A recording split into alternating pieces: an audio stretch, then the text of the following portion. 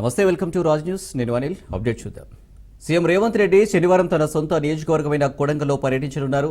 ఈ పర్యటనలో భాగంగా సీఎం రేవంత్ రెడ్డి కొడంగల్ వెంకటేశ్వర స్వామి బ్రహ్మోత్సవాల్లో పాల్గొనడంతో పాటు ఇఫ్తార్ విందులో ఆయన పాల్గొననున్నారు. అదేవిధంగా నియోజకవర్గంలోని పలు అభివృద్ధి కార్యక్రమాలను సీఎం రేవంత్ శంకుస్థాపన చేయనున్నారు. అనంతరం జరిగే బహిరంగ సభలో పాల్గొని సీఎం రేవంత్ ప్రసంగించనున్నారు.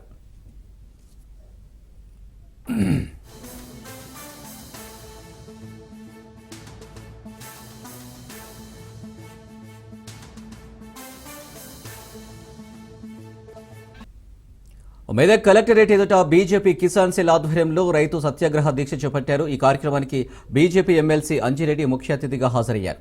కాంగ్రెస్ పార్టీ ఎన్నికల సమయంలో ఇచ్చిన హామీలు బేషరతుగా ఇవ్వాలని ఎమ్మెల్సీ అంజిరెడ్డి ప్రభుత్వాన్ని డిమాండ్ చేశారు. 20,650 కోట్లు మాత్రమే రైతు రుణమాఫీ చేసి కాంగ్రెస్ ప్రభుత్వం చేతులు దులుపుకుందన్నారు. రైతు భరోసా ఇవ్వడంలో ప్రభుత్వం పూర్తిగా నిర్లక్ష్యం చేస్తుందన్నారు. కాంగ్రెస్ పాలనలో ఇప్పటివరకు 355 మంది రైతులు ఆత్మహత్యలు చేసుకున్నారని ధ్వజమెత్తారు అంజిరెడ్డి. తెలంగాణలో అన్ని వర్గాలను కాంగ్రెస్ ప్రభుత్వం మోసం చేసిందన్న అంజిరెడ్డి రైతుల పక్షాన బీజేపీ పోరాటం చేస్తుందని హెచ్చరించారు.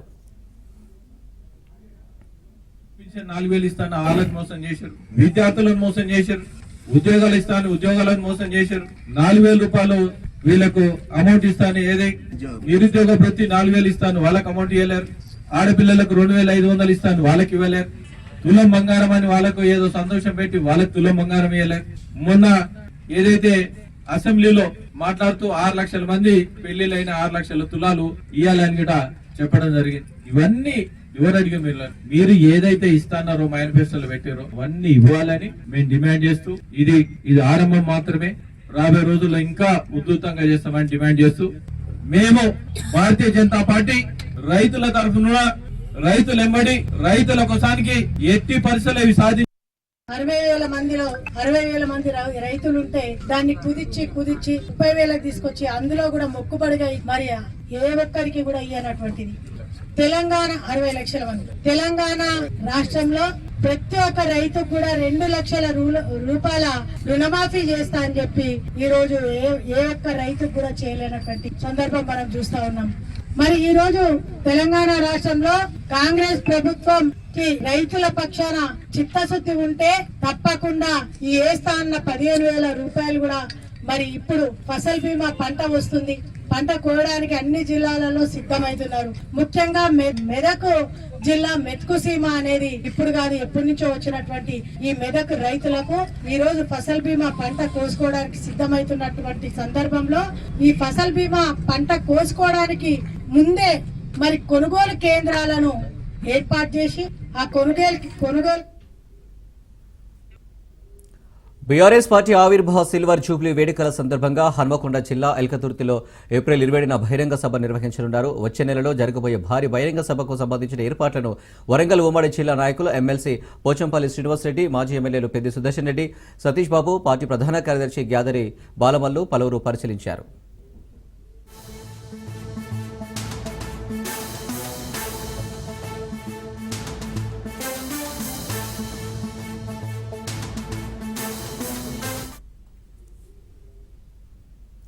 గత శతాబ్ద కాలంగా రామేశ్వరం వెళ్లే పర్యాటకులను ఆకట్టుకుంటున్న తమిళనాడులోని పాత పంబన్ బ్రిడ్జి స్థానాన్ని కొద్ది రోజుల్లో కొత్త వంతెన ఆక్రమించనుంది. తమిళనాడులోని మండపం ప్రాంతం నుంచి పంబన్ దీవిలోని రామేశ్వరం వరకు 2.10 కిలోమీటర్ల పొడవున సముద్రంలో ఓ రైలు మార్గం ఉంది. సముద్రంలో ప్రయాణించే నౌకలు ఈ రైలు మార్గం వద్దకు వచ్చినప్పుడు వాటికి దారినిచ్చేందుకు రైలు మార్గం దానంతటి రెండుగా విడిపోయి రైలు గేటులాగా పైకి లేస్తుంది.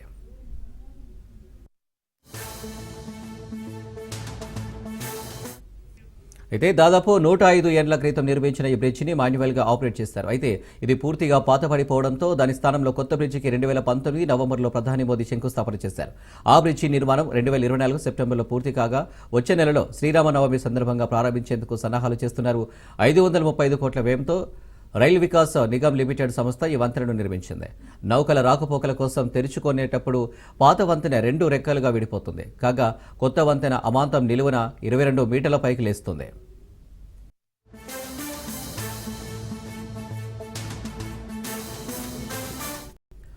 కష్టపడ్డాడు, పట్టుదలతో చదివాడు. 1 కాదు 2 కాదు, ఏకంగా 3 ప్రభుత్వ కొలువులు సాధించాడు. తన కలలను నిజం చేసుకున్నాడు. సిద్దిపేట జిల్లాకు చెందిన ఓ యువకుడి విజయగాథ నేటి యువతకు స్ఫూర్తిగా నిలుస్తుంది.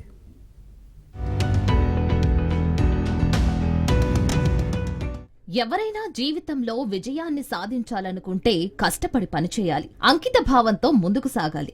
సిద్దిపేట జిల్లాకు చెందిన వడ్లకొండ సచిన్ అదే చేశాడు. సాధారణ కుటుంబంలో పుట్టిన కృషి పట్టుదలతో చదివి 3 ప్రభుత్వ ఉద్యోగాలు సాధించాడు. సిద్దిపేట జిల్లా కొండపాక మండలం సిరిసినగండ్ల గ్రామానికి చెందిన వడ్లకొండ శ్రీనివాస్ రెడ్డి సుజాత రెండవ సంతానం వడ్లకొండ సచిన్. అతని తండ్రి వ్యవసాయంతో పాటు చిన్న చిన్న కాంట్రాక్టులు చేసుకుంటూ కుటుంబాన్ని పోషించేవాడు. తల్లి గృహిణి. చిన్నతనంలోనే చదువు గొప్పతనాన్ని అర్థం చేసుకున్న సచిన్ క్లిష్ట పరిస్థితుల్లో కూడా చదువుపై దృష్టి పెట్టాడు. పాఠశాలకు వెళ్లి వచ్చి తర్వాత ఇంట్లో తల్లికి తండ్రికి సహాయపడేవాడు. కాని రాత్రి వేళల్లో చదువుకోవడం అతనికి అలవాటుగా మారింది.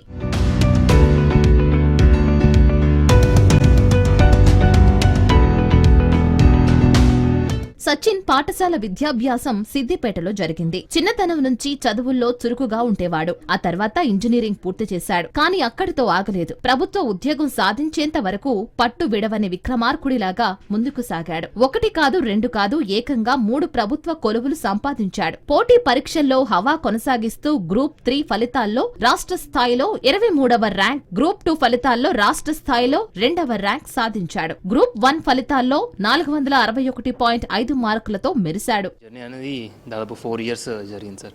2021లో స్టార్ట్ అయింది అనమాట ప్రిపరేషన్ జర్నీ అనేది. So first 2 years like 2021, 22 UPSC మీద కాన్సన్ట్రేట్ చేశాను అనమాట. దాని తర్వాత మనకు 2 అటెంప్ట్స్ తర్వాత నేను క్వాలిఫై అయిపోయేసరికి ఇక్కడ మనకు తెలంగాణ నోటిఫికేషన్స్ పడ్డాయని చెప్పి దీనికి ప్రిపరేషన్ స్టార్ట్ చేశాను. సో ఇంకా 2022, 23, 24 ఈ 3 ఇయర్స్ కూడా మనకు గ్రూప్స్ ప్రిపరేషన్లోనే మొత్తం ఫుల్ ఎఫర్ట్స్ పెట్టాను. మనకి ఇంకా ఎగ్జామ్స్ వస్తున్నాయి, ఒక 2 మంత్స్ ఉంది లేకపోతే 3 మంత్స్ ఉంది అనే టైంలో మాత్రం అది ఇంకొంచెం ఎక్కువ స్పెండ్ చేసామన్నమాట. 12-14 అవర్స్ అయ్యేది. అంటే రోజు 14 చదవకపోయినా బట్ మినిమం 12 అవర్స్ అయితే చదివానమాట. ఇది లాస్ట్ 2 మంత్స్ 3 మంత్స్ ముందు జరిగాను.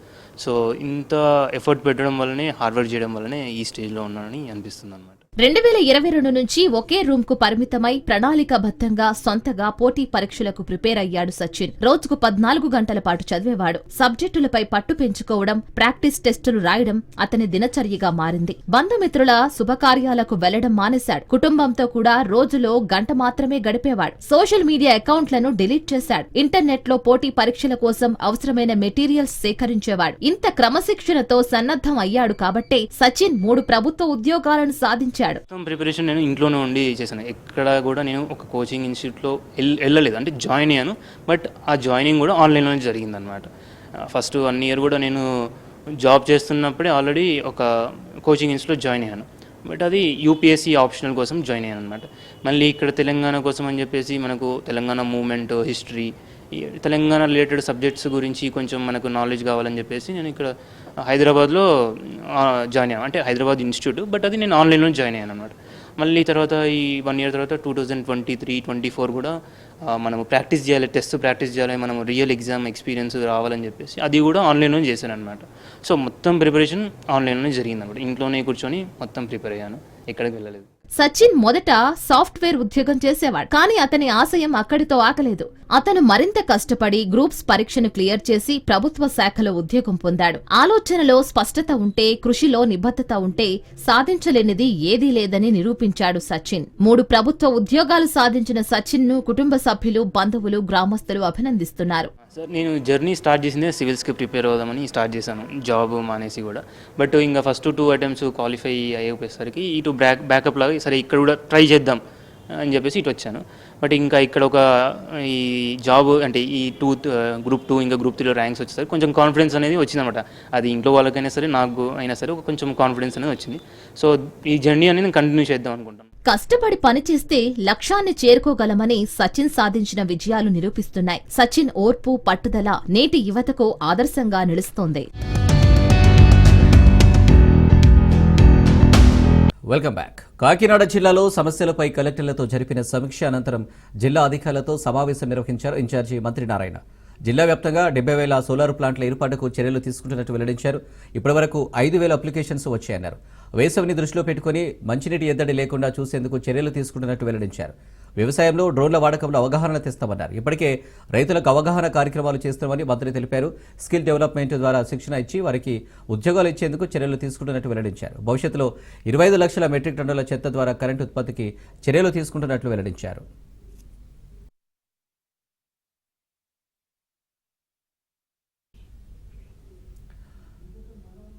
వైసీపీ సోషల్ మీడియాపై జనసేన నాయకులు ఫిర్యాదు చేశారు. ఎంఆర్పల్లె పోలీసులకు రాతపూర్వకంగా ఫిర్యాదు చేశారు కిరణ్ రాయల్. పవన్ కళ్యాణ్, నారా లోకేష్ పై అనుచిత వ్యాఖ్యలు చేస్తూ పోస్టులు చేస్తున్నారని కిరణ్ రాయల్ మండిపడ్డారు. తిరుపతి రూరల్కు చెందిన వైసీపీ సోషల్ మీడియాలోనే అభ్యంతరకరమైన పోస్టులు కనిపిస్తున్నాయన్నారు. 48 గంటల్లోగా అసభ్యకర పోస్టులు తొలగించి వైసీపీ సోషల్ మీడియా ప్రతినిధులను అరెస్టు చేయాలని డిమాండ్ చేశారు. రాజకీయం కానివ్వండి, వృత్తిలో కానివ్వండి వాడుకుంటారు. సోషల్ మీడియాలో కుటుంబాలని విమర్శించడం కరెక్ట్ కాదు. ఈ రోజు ఒక డిప్యూటీ సీఎం, ఒక జనసేన పార్టీ అధ్యక్షులు పవన్ కళ్యాణ్ గారిని, ఆయన కుటుంబ సభ్యుల్ని, వాళ్ళ తల్లిదండ్రుల్ని, వాళ్ళ ఇంట్లో పిల్లల్ని వైసీపీ సోషల్ మీడియా చెత్త వెధవలు కామెంట్లు పవన్ కళ్యాణ్ గారి కుటుంబం గురించి, వాళ్ళ ఫ్యామిలీ గురించి ఇలా కామెంట్లు పెడుతున్నారు. ఇవన్నీ కరెక్ట్ కాదు. ఇవన్నీ కూడా ఇందాక మీడియా ఇచ్చా, డీఎస్పీ గారు కూడా ఇచ్చాను. సోషల్ మీడియా మీరు పవన్ కళ్యాణ్ గారిని, మేము కూటమి అధికారం వచ్చిన తర్వాత మేము చేస్తున్న అభివృద్ధి చూసి ఓర్వలేక పవన్ కళ్యాణ్ గారిని కామెంట్ చేస్తే మాత్రం బట్టలు ఓడదీసి కొడతాం. వైసీపీ సోషల్ మీడియా అని చెప్తున్నాం. ఏమనుకుంటున్నారు అసలు? అనంతపురం జిల్లా జాయింట్ కలెక్టర్ శివనారాయణ శర్మని తాడిపత్రి మాజీ ఎమ్మెల్యే జేసీ ప్రభాకర్ రెడ్డి కలిశారు. ఈ సందర్భంగా కీలక వ్యాఖ్యలు చేశారు. తాడిపత్రిలో మాజీ ఎమ్మెల్యే కేతిరెడ్డి, పెద్దరెడ్డి మున్సిపల్ స్థలాన్ని కబ్జా చేసి ఇల్లు కట్టుకున్నారని ఆరోపించారు. మున్సిపల్ స్థలాన్ని వెంటనే స్వాధీనం చేసుకోవాలన్నారు. దీంతో 10 రోజుల్లో సమస్యను పరిష్కరిస్తామని జాయింట్ కలెక్టర్ హామీ ఇచ్చారు. ఒకసారి ఏమనంటే పగులు వస్తుంది, రాత్రి వస్తాడంట. పగులు రాత్రి ఎక్కడ రాదు అనుకుంటే ఎట్లా మీకు తెలియదు. ముందు పోల్స్ లో రావురా, నార్త్ పోల్ సౌత్ పోల్ రావు. 6 నెలలు ఇట్ట 6 నెలలు అట్ట వస్తుంది. ఏదో మాట్లాడతారు. ఏదో మాకు బెడ్షీట్ ఇవ్వాలంట, మంచం ఇవ్వాలా, పరుపు ఇవ్వాలా, కుర్లాన్ బెడ్ ఇవ్వాలంట. ఆ వద్దు మేము అడిగినప్పుడు ఏం చేస్తారు? మేము అడగలేదే. ఆ రోజు ఎస్పీనే డిస్ట్రిక్ట్ కలెక్టర్ జడ్జి దగ్గర పోకూడదు, వాడికి ఏమి ఇవ్వద్దు. ధైర్యంగా పోండి, ధైర్యంగా రండి. కర్నూలు కలెక్టరేట్ ఎదుట డీవైఎఫ్ఐ నాయకులు నిరసన తెలిపారు. సుప్రీంకోర్టులో వేసిన హోంగార్డు రిజర్వేషన్కు సంబంధించిన కేసులు తక్షణమే పరిష్కరించి పాత పద్ధతిలోనే నోటిఫికేషన్ కొనసాగించాలన్నారు. 2.5 ఏళ్ల నుండి పెండింగ్లో ఉన్న కానిస్టేబుల్ నోటిఫికేషన్ని వెంటనే పూర్తి చేయాలని, లేదంటే అసెంబ్లీ ఎదుట నిరసన తెలుపుతామని హెచ్చరించారు. మంది రోడ్లపైకి వచ్చి నారా లోకేష్ గారు నెలలోనే మా ప్రభుత్వం వస్తే అందరికి కూడా పోస్టింగ్ ఇస్తామని చెప్పేసి హామీ ఇచ్చారు. మరి ఇప్పుడు 9 నెలలు అయింది. మీరు ఇచ్చిన మాట నిలబెట్టుకోండి అని చెప్పేసి ఈ రోజు మేము కలెక్టరేట్ దగ్గర ధర్నా చేస్తున్నాం. ప్రధానంగా ఈ నోటిఫికేషన్ సంబంధించి 2.5 సంవత్సరం అయింది. కోర్టులోన హోంగార్డుల యొక్క రిజర్వేషన్ ని భారీగా పెంచేశారు. అది న్యాయపరంగా లేదు. కాబట్టి మా అందరికి కూడా ఓపెన్ అభ్యర్థులకు నష్టం జరుగుతుందని చెప్పేసి పాత పద్ధతిలో హోంగార్డ్ రిజర్వేషన్ కొనసాగి వెంటనే కోర్టు సమస్యలు పరిష్కారం చేసి నిరుద్యోగులకు ఇచ్చిన ఆ మాట ప్రకారం వెంటనే పోలీస్ కానిస్టేబుల్ అభ్యర్థుల యొక్క మైన్స్ పరీక్షలు నిర్వహించాలని చెప్పేసి మేము అడుగుతా ఉన్నాం. కానీ రాష్ట్ర ప్రభుత్వం మాత్రం రోజు గాలిలో మేడలు కట్టి రోజు ఒక హామీ ఇవ్వడం తప్ప ఎవడు కూడా మా సమస్యను పరిష్కారం చేయట్లేదు. కేవలం మాటలు మాత్రమే చెప్తున్నారు తప్ప ఇప్పటిదాకా చేతుల్లో ఆ కోర్టు హియరింగ్ కోసం ఒక మంచి లాయర్ ని కూడా ఇప్పటిదాకా పంపించలేదు. అదే నారా లోకేష్, పవన్ కళ్యాణ్ మీదనో లేదా ఈ రాష్ట్రంలోని పెద్ద నాయకుల మీద కేసు వస్తుందంటే మాత్రం ఆగ మేఘాల మీద పెద్ద సుప్రీంకోర్టు లాయర్లను పిలుచుకొని ముందస్తుగానే బెయిల్ తీసుకుని స్టేబుల్ అభ్యర్థులు 39,000 మంది రోడ్లపైకి వచ్చి నారా లోకేష్ గారు. హైదరాబాద్ ఉప్పల్లో ఓ రైతు ఆందోళన వ్యక్తం చేశాడు. తన భూమిలో అక్రమంగా ప్రభుత్వ అధికారులు నోటీస్ బోర్డును నాటారని ఆరోపిస్తూ తిరుపతి అనే రైతు ఆవేదన వ్యక్తం చేశాడు. మేడ్చల్ జిల్లా ఉప్పల్ రెవెన్యూ పరిధి హైకోర్టు కాలనీలో సర్వే నంబరు 789/1లో తన 2 ఎకరాల 20 గుంటల భూమిని ప్రభుత్వ భూమి అంటూ ఉప్పల్ తహసీల్దార్ బోర్డు నాటడం అన్యాయమని బాధితుడు ఆరోపించారు. 70 ఏళ్ల క్రితం భూమిని ముత్తాత నుండి తమకు వచ్చిన భూమి పట్టాయి ల్యాండ్ కన్వర్షన్ అయి తమ పేరుపై ఉంటే ప్రభుత్వ భూమి అంటూ తహసీల్దార్ అనడం అన్యాయమని ఆరోపిస్తున్నాడు బాధితుడు. ఈ విషయంలో ప్రభుత్వం తనకు న్యాయం చేయాలని సీఎం రేవంత్ రెడ్డికి విన్నవించాడు. దేవుడు మాకు ఇట్లా అన్యాయం జరుగుతుంది ఉప్పల్లని విన్నవించుకొని మొక్కుతాం మేము ఆయన మాకు ఎప్పటికీ దేవుడే. CM sir Revanth Reddy sir ఆయన మేము ఎప్పటికి మొక్కుతాం మా పిల్లల తరాల దాకా. ఎందుకంటే మాకు కావాల్సింది ఆయన ఇచ్చిండు. 9 అన్నాడు, మళ్ళా దయదలిచి పావుదాకా 10 ఇచ్చిండు. ఎవరి భూములు ఏడు దాకున్నాయో నేను చెప్పగలుగుతా, ఏ ఎంఆర్ఓ కూడా చెప్పలేరు. మండల ఆఫీస్లో ఎవరికి తెలియదు ఏ మ్యాప్ ఎక్కడుంటుంది, ఎవరి సర్వే నెంబర్లు ఎక్కడున్నాయి, ఎవరి పొలాలు ఎక్కడున్నాయి, ఏ గవర్నమెంట్ ల్యాండ్ 789/1 ఏడుకెళ్ళి ఏడు దాకా ఉంది నాకు తెలుసు. అందులో మాకు బతుకుమని ఇచ్చారు మా తాతకు, మా ముత్తాతకు. కొమ్ము ఎల్లయ్య, కొమ్ము మారయ్య, కొమ్ము స్వామి, కొమ్ము తిరుపతి. ఇవాళ ఈ అన్యాయం జరిగింది. మిగిలిన ఇంత తుక్కడ మీద ఇంత దారుణమైన కళ్ళు పడడం ఏంది? ఇది ఎంత అన్యాయం, ఇది ఎంత దుర్మార్గం ఇది. హైదరాబాద్ నాచారంలో ఫుడ్ సేఫ్టీ అధికారులు దాడులు నిర్వహించారు. అమన్ స్వీట్స్ తయారీ కేంద్రంలో విజిలెన్స్ ఆఫీసర్తో తనిఖీలు చేశారు. ఆహార పదార్థాల లేబులింగ్ తయారీ, గడువు ముగిసిన పదార్థాలను చూసి అధికారులు కంగుతిన్నారు. గడువు ముగిసిన స్వీట్లను మళ్లీ కొత్త స్వీట్ల తయారీలో వాడటాన్ని అధికారులు గుర్తించి షాక్కు గురయ్యారు. అలాగే స్వీట్ల తయారీలో పరిశుభ్రత, పారిశుద్ధ్య నిర్వహణ లేనట్లు గుర్తించారు. ఇక వేరే జిల్లాలో తీసుకున్న లైసెన్స్తో మల్లాపూర్లో పరిశ్రమను ఏర్పాటు చేయడంపై అధికారులు ఆగ్రహం వ్యక్తం చేశారు. దీంతో లైసెన్స్ రద్దు చేస్తామని అమన్ స్వీట్స్ నిర్వాహకులను అధికారులు హెచ్చరించారు. స్వీట్ శాంపిల్స్ ను సేకరించిన అధికారులు టెస్టు కోసం ల్యాబ్కు పంపారు. తర్వాత ఈ ఎస్టాబ్లిష్మెంట్ ఏదైతే ఉందో చాలా అన్హైజీనిక్ కండిషన్లో రన్ చేస్తున్నారు. మొత్తం అన్ని ఇన్స్పెక్ట్ చేసిన తర్వాత చాలా కేసెస్లలో ఎక్స్పైర్డ్ ప్రోడక్ట్స్ దొరికాయి. సో ఇప్పుడు అవన్నీ మేము శాంపుల్కి పంపిస్తున్నాము. శాంపుల్ రిపోర్ట్ వచ్చిన తర్వాత ఫర్దర్గా ఎలా యాక్షన్ తీసుకోవాలి అన్నది డిసైడ్ చేస్తాము. ఇంకొకటి, ఇప్పుడు ఏదైతే ఎక్స్పైర్ ప్రోడక్ట్స్ అన్ని దొరికాయో చాలా కేజెస్లలో అవన్నీ డంప్ చేయించేస్తున్నాము. జిహెచ్ఎంసీ లైన్ డిపార్ట్మెంట్స్ అన్నీ వచ్చి వాళ్ళతో కలిసి ప్రోడక్ట్స్ అన్ని డంప్ చేపిస్తున్నాం. వీళ్ళు తెలిసి తెలియక ఇంకొక తీసుకోవాల్సిన చోట కాకుండా ఇంకొక వేరే డిస్ట్రిక్ట్ నుంచి లైసెన్స్ తీసుకున్నారు. సో లైసెన్స్ కూడా ఇప్పుడు సస్పెన్షన్లో పెట్టాం, హోల్డ్లో పెట్టాం వాళ్ళ లైసెన్స్. ఈ కేసు అయిపోయిన తర్వాత వాళ్ళ లైసెన్స్ కూడా క్యాన్సిల్ చేశారు. వాళ్ళు చెప్తున్న దానికి, మేము తెలుసుకున్న దాని ప్రకారము they have only one factory here. వాళ్ళకి అవుట్లెట్ లేదు అని చెప్తున్నారు, ఇక్కడ రీటైల్ స్టోర్ లేదు అని చెప్తున్నారు. ఓన్లీ వాళ్ళ డిస్ట్రిబ్యూటర్స్ వచ్చి ఇక్కడ నుంచి కలెక్ట్ చేసుకుంటారు అని. హెడ్ ఆఫీస్ ఇంకొకటి మాత్రం ఢిల్లీలో ఉంది అని చెప్పారు. జూలైలో స్టార్ట్ అయింది, మొన్న జూలైలో స్టార్ట్ చేశారు. అసలు క్లీన్ లేదు సార్, చాలా అన్హైజీనిక్ కండిషన్లో ఉంది. వాష్రూమ్స్ దగ్గరే వంట చేస్తున్నారు, డ్రైనేజ్ అంతా బ్లాక్ ఉంది, అక్కడే చేస్తున్నారు. బట్టీలన్నీ చాలా అన్హైజీనిక్గా ఉన్నాయి, విరిగిపోయి ఉన్నాయి, ఫ్లోరింగ్ సరిగ్గా లేదు, అంతా కొంచెం స్మెల్గా ఉంది మొత్తం లోపలంతా. సో అంతా క్లోజ్ చేపించేసాము, ఇప్పుడు రన్నింగ్లో కూడా లేదు.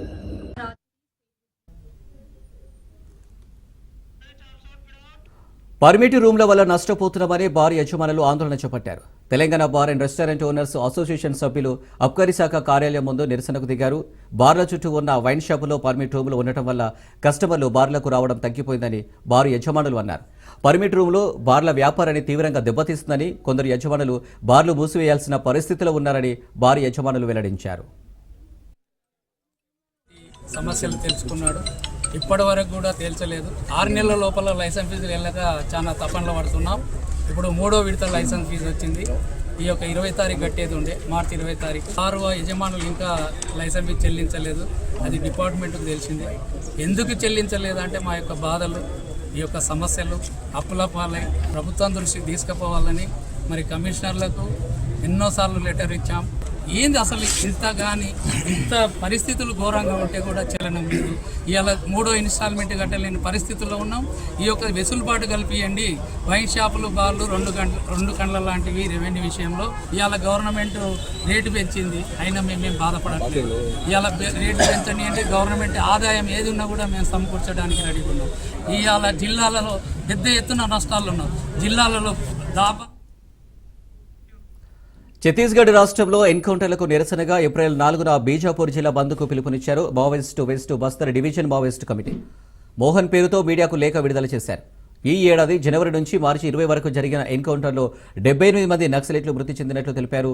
40 మంది గ్రామస్తులను పోలీసులు అరెస్టు చేసినట్టు ఆ లేఖలో ఆరోపించారు. ఛత్తీస్గఢ్ రాష్ట్రం బీజాపూర్లో మావోయిస్టులు కుట్రలు భగ్నమయ్యాయి. గంగులూరు జిల్లా చెప్పాల్ పోలీస్ స్టేషన్ పరిధిలో భారీ ఎల్ఈడీ లభ్యమైంది.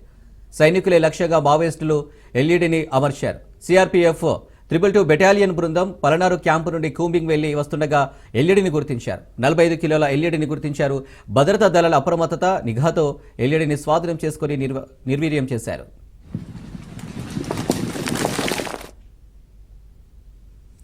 కృష్ణా జిల్లా గన్నవరం నుంచి గ్రీన్ ఛానల్ ద్వారా ప్రత్యేక అంబులెన్స్లో గుండెను తరలించారు వైద్య సిబ్బంది. గన్నవరం ఎయిర్పోర్టు నుండి ప్రత్యేక విమానంలో తిరుపతి తరలించి అక్కడ పద్మావతి హాస్పిటల్లో చికిత్స పొందుతున్న మరో వ్యక్తికి అమర్చనున్నారు. ఇక గన్నవరం నుండి తిరుపతికి వెళ్లేందుకు ప్రత్యేక విమానాన్ని మంత్రి నారా లోకేష్ సొంత ఖర్చులతో ఏర్పాటు చేశారు.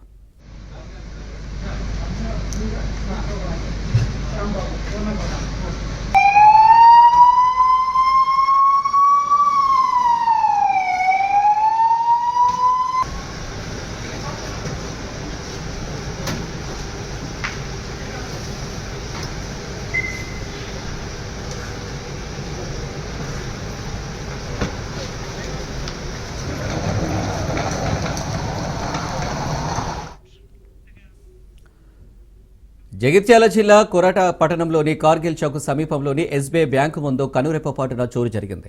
ఓ వ్యక్తి ఎస్బీఐ బ్యాంకులో డబ్బులు డ్రా చేసుకుని బైక్ ట్యాంక్ కవర్లో డబ్బులు పెట్టుకుని వెళ్లడాన్ని ఇద్దరు గమనించారు. అతని వద్ద నుండి చాకచక్యంగా డబ్బులు కొట్టేసి పారిపోయారు. ఘటనపై కేసు నమోదు చేసుకున్న పోలీసులు సీసీ కెమెరా ఫుటేజ్ ఆధారంగా విచారణ చేపట్టారు.